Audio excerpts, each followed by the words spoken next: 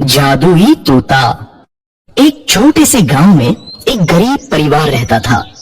उस परिवार में रामू और उसकी बीवी सीता उसके बेटे चिंटू के साथ रहते थे। उसी गांव में एक तोता भी रहता था। उसका नाम था रघु। वो किस्मत का धनी था। जहां भी जाता वहां किसी भी चीज की कमी नहीं पड़ती थी। एक दिन रघु उड़ते उड़ते उस गरीब परिवार के घर गया। रघु सोचता है, अरे वाह, लगता है यहाँ आज बहुत अच्छा खाना मिलेगा। मैं पेट भर के खाऊंगा। वो एक कटोरी में रखे अमरूद देखता है।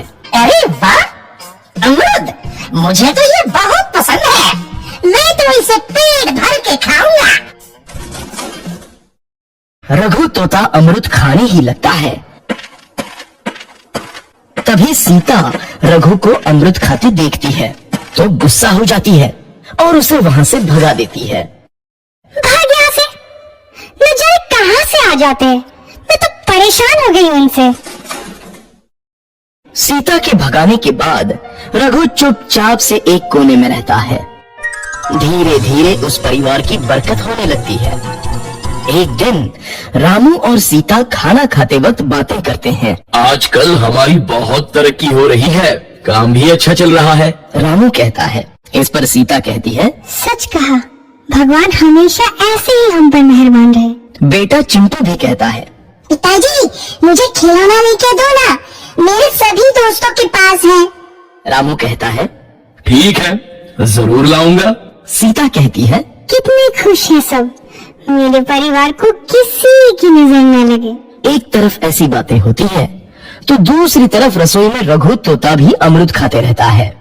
मजा आया, अमरूद खाया, मजा आया, अमरूद खाया, मजा आया। तभी सीता रसोई में आती है और रघु तोते को अमरूद खाते देख बहुत गुस्सा होती है। सीता रघु को बाहर निकालने के लिए पिंजरे में अमरूद रखती है। रघु जब अमरूद खाने लगता है तो पिंजरे का दरवाजा बंद हो जाता है और वो उसमें फंस जाता है। मुझे बाहर निकालो, मैं यहाँ फंस गया हूँ, मुझे बचाओ। अगले दिन सीता पिंजरा उठाकर बाहर दूर उस रघु को छोड़ देती है।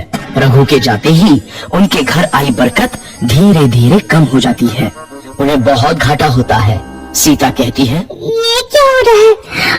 अचानक इतना कैसे बदल गया? अभी तक तो सब कुछ अच्छा चल रहा था। रामू कहता है, लगता है भगवान हम पर रूठ गए हैं। चिंटू भी कहता है, लगता है मुझे खिलौने भी नहीं मिलेंगे। और वो रोने लगता है और बाहर चला जाता है। कुछ दिन बाद रघु तोता फिर से उस घर में आता है।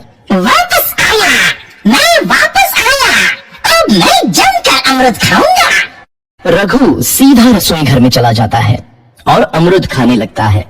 कुछ देर बाद सीता रसोई में आती है और रघु को देख कहती है, एक तो घर में पहले से इतनी दिक्कत चल रही है और ऊपर से ये तोता मुझे और परेशान कर रहा है। सीता रघु को वहां से भगा देती है। रघु उड़कर किसी कोने में छुप जाता है। कुछ दिन बाद धीरे धीरे उस घर की बरकत वापस आने लगती है। काम भी अच्छे से चलने लगता है। एक रात जब रघु तोता अमरूद खाने जाता है तो पिंजरे में फंस जाता है। ये लोग आखिर चाहते क्या हैं? एक तोते को शांति से अमरूद खाने क्यों नहीं देते? मैं कौन सा चोरी कर रहा हूँ? बस अमरूद ही तो खा रहा हूँ। तभी रामू वहां आता है और पिंजरे में रघु तोते को देख उसे बाहर छोड़ देता है। ये तोता भी कितना जिद्दी है, बार बार वापस आ जाता है। जैसे ही रामू रघु को छोड़ देता है, अगले दिन से फिर से उनके घर की बरकत जाने लगती है। काम में घाटा होता है। किसी को समझ नहीं आ रहा था कि ऐसा क्यों हो रहा है। रघु तोता घर आता है तो अचानक बरकत आती है और जब रघु तोता को बाहर निकालते हैं तो बरकत चली जाती है। एक दिन सीता रघु तोते के घर आने और बाहर जाने की स्थिति पर नजर रखती है। ये तोता जब भी घर आता है तो घर में बरकत आती है और जैसे ही घर से बाहर जाता है तो उसी के साथ बरकत भी चली जाती है। कहीं ये जादुई तोता तो नहीं है? अगली बार जब ये तोता घर आएगा तो मैं इसे कहीं नहीं जाने दूंगी। सीता रघु का बहुत इंतजार करती है लेकिन रघु तोता दोबारा उस घर में कभी नहीं आता।